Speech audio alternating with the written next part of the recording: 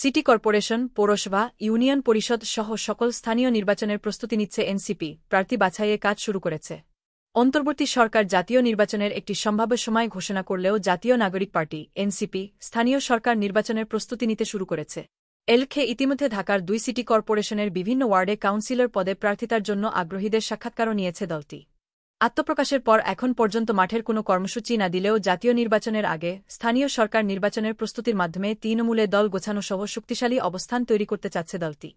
সরকারের পক্ষ থেকে এখন পর্যন্ত স্থানীয় সরকার নির্বাচনের কোনো ঘোষণা না এলেও এনসিপি মনে করছে নাগরিক সেবা পেতে সাধারণ মানুষের ভোগান্তির বিষয়টি সামনে এনে জাতীয় নির্বাচনের আগেই স্থানীয় সরকার নির্বাচনের দাবি তুলবে তারা।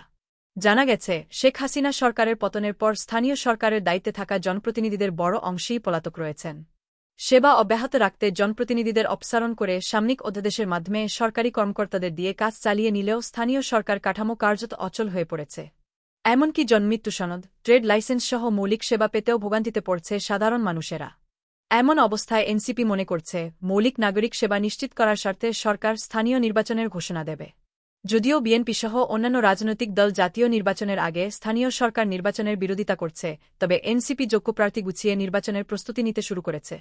এই বিষয়ে এনসিপির মুখ্য সমন্বয়ক নাসিরুদ্দিন পাটোয়ারি বলেন, স্থানীয় সরকারে মানুষের সেবা নিশ্চিত করার জন্য আমরা মনে করি দ্রুত নির্বাচনের কোনো বিকল্প নেই। স্থানীয় প্রশাসন শক্তিশালী না হলে ভোটের পরিবেশ তৈরি করাও কঠিন, তাই অন্যান্য রাজনৈতিক দলের দ্বিমত থাকলেও আমরা মনে করছি যে এই নির্বাচনটা হওয়া জরুরি। যদি সারা দেশে সম্ভব নাও হয়, তাহলে প্রয়োজনে নির্দিষ্ট সংখ্যক জেলা উপজেলায় স্থানীয় সরকার নির্বাচন হতে পারে, এতে করে নির্বাচন কমিশন ও সরকারের সক্ষমতারও একটা ধারণা পাওয়া যাবে। এদিকে এনসিপির হাইকমান মনে করছে, জাতীয় নির্বাচনের আগে স্থানীয় সরকার নির্বাচন হলে এ নির্বাচনকে কেন্দ্র করে তৃণমূলের সাংগঠনিক ভিত্তি মজবুত করতে পারবে তারা। এলখে ঈদের পরই স্থানীয় সরকার নির্বাচনের দাবিতে মাঠে নামতে পারে দলটি। ঢাকা ও ঢাকার বাইরে প্রার্থী খোঁজার কাজ শুরু করেছে তারা। প্রার্থী যাচাই-বাছাইয়ের জন্য একটি উচ্চ পর্যায়ের টিম গঠন করা হয়েছে বলেও জানা গেছে। এই টিম ইতিমধ্যে ঢাকার 2 সিটি কর্পোরেশনের 129 ওয়ার্ডে কাউন্সিলর পদে সম্ভাব্য প্রার্থীদের তালিকাও প্রায় চূড়ান্ত করেছে। দলটির নেতাদের দাবি, স্থানীয় সরকার নির্বাচনের প্রক্রিয়া শুরু করার মতো অনুকূল পরিবেশ দেশে আছে। সরকার চাইলে ঈদের পর থেকে কয়েক ধাপে এই নির্বাচন হতে পারে। এছাড়া যুগপৎভাবে স্থানীয় সরকার ও জাতীয় নির্বাচন প্রক্রিয়া চালাতে পারে বলেও তাদের কেউ কেউ মনে করেন। জাতীয় নাগরিক কমিটির যুগ্ম সদস্য সচিব আবদুল্লাহ আল আমিন ইত্তেফাককে বলেন, আমরা দেখেছি নির্বাচন কমিশন সংস্কার কমিশন এবং স্থানীয় সরকার সংস্কার কমিশন জাতীয় নির্বাচনের আগে স্থানীয় সরকারের নির্বাচন হতে পারে বলে মত দিয়েছে। সংস্কার কমিশনের এ মতকে গুরুত্ব দিয়েই আমরা স্থানীয় সরকার নির্বাচনের প্রস্তুতি শুরু করেছি। প্রসঙ্গত, গত বছরের 27শে সেপ্টেম্বর দেশের 12 সিটি কর্পোরেশনের সব কাউন্সিলরকে অপসারণ করে সরকার। একই দিন 323 পৌরসভার কাউন্সিলরকেও অপসারণ করা হয়।